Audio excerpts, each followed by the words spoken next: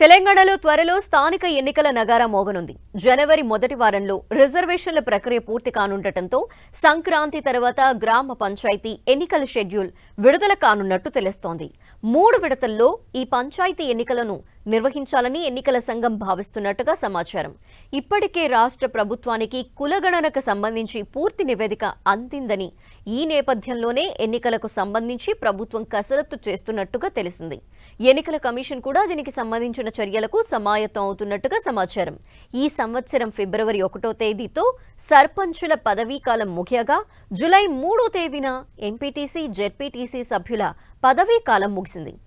ప్రజాప్రతినిధుల స్థానంలో ప్రత్యేక అధికారుల పాలన కొనసాగుతోంది. ఈ నేపథ్యంలో ఎన్నికలకు అవసరమైన ఏర్పాట్లని ఎన్నికల సంఘం చేపడుతోంది. జనవరి 14వ తేదీన ఎన్నికలకు నోటిఫికేషన్ విడుదల చేస్తే ఆ తర్వాత 21 రోజుల్లో అంటే ఫిబ్రవరి మొదటి వారంలో ఎన్నికలు నిర్వహించేలా ప్రతిపాదనలు సిద్ధం చేస్తున్నట్టుగా సమాచారం.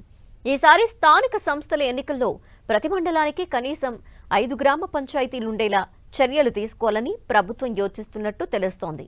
గ్రామ పంచాయతీ ఎన్నికలను 3 విడతలుగా నిర్వహించాలని నిర్ణయించిన ఎన్నికల సంఘం ఆ ప్రకారం ఒక్కో జిల్లాలోని మండలాలకు 3 విడతలుగా ఎన్నికలను నిర్వహించే అవకాశం ఉంది.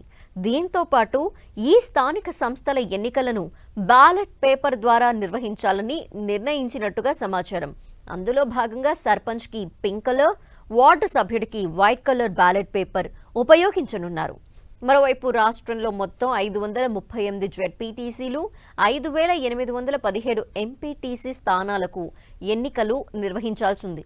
అయితే సర్పంచ్కి గరిష్టంగా 30 గుర్తులను, వార్డు సభ్యులకు గరిష్టంగా 20 గుర్తులను ఎన్నికల సంఘం ముద్రించినట్టుగా తెలిసింది. పెద్ద బ్యాలెట్ బాక్సులను ఇతర రాష్ట్రాల నుంచి ఇప్పటికే ఎన్నికల సంఘం సేకరించినట్టుగా సమాచారం.